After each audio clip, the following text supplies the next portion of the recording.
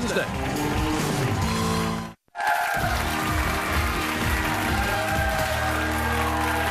right, so I know you guys are you happy with all your stuff? Thank you to Scarlett Gilbert. And now it's time to chill and relax, and here to show us how we can make eye-catching drinks, which is music to our ears, and displays with ice at our next holiday party. Please welcome my friend Sebastien Centner. Thank you. Look at this beautiful thing. So with ice. Yeah, when you don't have free stuff to give away, I always start with alcohol. So this is a good balance. Can't quite make One day. Okay. Exactly. So what the thing with ice is, it's so pretty. So, I mean, it's this time of year, I mean, I don't like to make things any colder than they already are outside, but entertaining with ice this time of year is really great. It sort of gets into the theme, etc. And we can do so many things that are just add that extra little touch to your entertaining, which you know I like to do, to take it from ordinary to extraordinary. And we are going to start with drinks, and this is really interesting. So we're going to start by making you an old-fashioned, but what's fun about this is that we're actually taking these great ice molds, and this is what it's all about. Nowadays you can get such great ice molds. You can buy them online, you can buy them at different types of grocery stores, kitchenware stores, etc., and create all these fantastic little examples. Beautiful. Yeah, so you do that. And so what I'm going to do here, show you, there you go. Oh, voila. Open up that little, hang on to that. I'm holding it. There you go. Beautiful. So create these ice spheres. And what we've done is we haven't just made ice spheres, I'll put that back now, is we've actually infused them with different things. So in this case we used a little bit of the orange rind and the cherry. Obviously it's a perfect for an old-fashioned. And I'm actually going to add our cocktails. What's that? A bourbon? Bourbon. That's what's in an old-fashioned. Bourbon first thing in the morning. So what's in the ice again? We've used orange rind. Orange rind. Orange peel. And maraschino cherries. Oh my God. Right here. But here's what's fun about it. You can also use other things. So, for example, the pink peppercorns are great because they add a bit of a spice, pure flavor. You can also add things like your edible flowers. So these are flowers that when they melt into the actual, when the ice melts, you can still drink. So you're freezing these, right? Well, we're putting them in with the mold, and then we leave them, and usually leave them overnight, at least 4 or 5 hours to freeze. And adding a bit of simple syrup to my cocktails here. And then what happens is you finally, the taste of whatever it is that you've added to it adds to the drink. So you're adding not just a great look, but also some interesting flavor. Wow. And then what? A tincture of something. We're adding a little bit of bitters.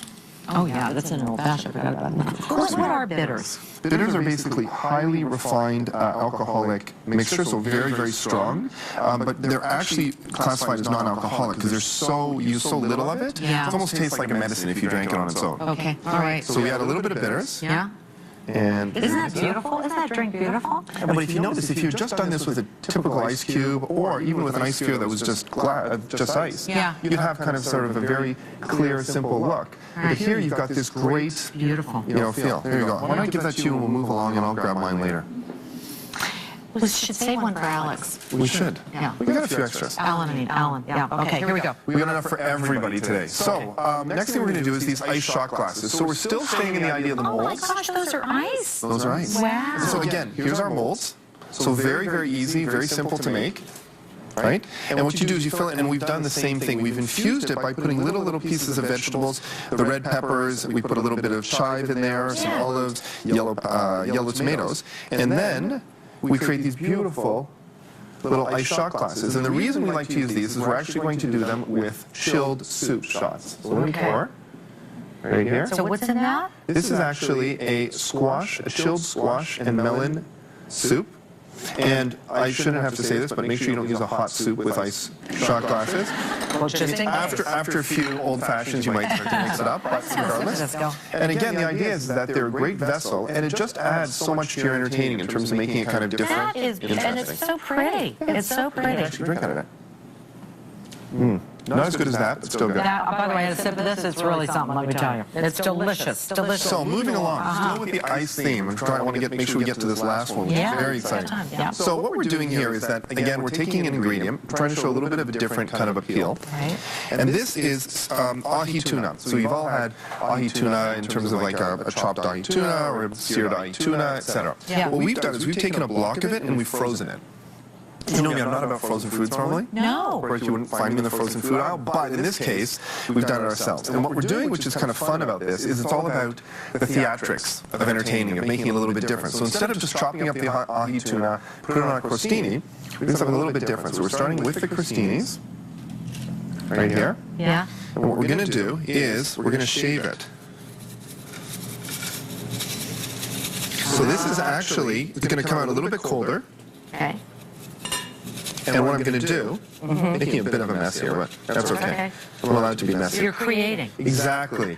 And then we're going to finish off with a bit of our garnish. Which is what, right there? Right here we have green onion and a little bit of saffron and a tiny little bit of lime. Right. And so what you end up doing there, okay, is you do your same thing. You're doing your crostini, and what's nice about this is it's just more interesting if there's a little bit more sort of like work that's gone into it, but at the same time it's a seared ahi tuna with a green onion, and you can add a little bit of soy if you want as well. It's the same dish, it's just gotten a little bit more interesting. That's really nice. I like that. What a great touch that is. What's the next thing? Next thing, okay, so this is fun for those of you who are skiers who might spend some time on the slopes this winter. You might have seen something similar to this before. So what I'm going to show you here is a cheese, a Canadian cheese of course, and maple syrup lollipops. Okay, so first of all, we're going to take your traditional maple syrup, which is nice and hot here. I'm actually going to hide this over here. You're going to cook the tuna. Yes, there we go. Tuna will warm up really quick. And then what I've done basically is I'm just taking maple syrup. That's just maple syrup. It's just maple syrup. We're taking it to a boil, right? And then what I'm going to do is, hopefully without setting off the fire alarms, is we're going to do this.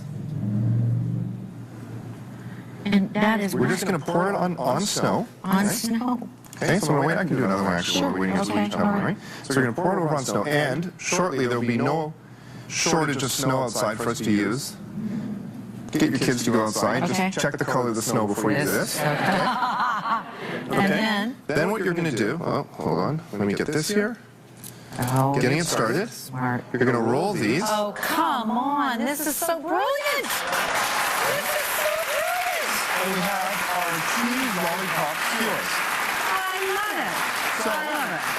You got to play with it a little bit less maple syrup, a little bit bigger cheese. But just have fun with it. You'll be out there all day. Absolutely. And you know what? The kids, it's a perfect thing to do with the kids. The one thing about it is make sure you use a hard cheese. And it's nice to have a cheese that has a strong flavor to it, so there's a good contrast between the sweet and the savory. So sharp cheddar, blue cheese, and? They were using a white aged cheddar. Okay, very good. Sebastien, you're brilliant. Nice to see you. Happy holidays. Thank you. Happy holidays. All right. Okay, let's take a break. We'll be right back.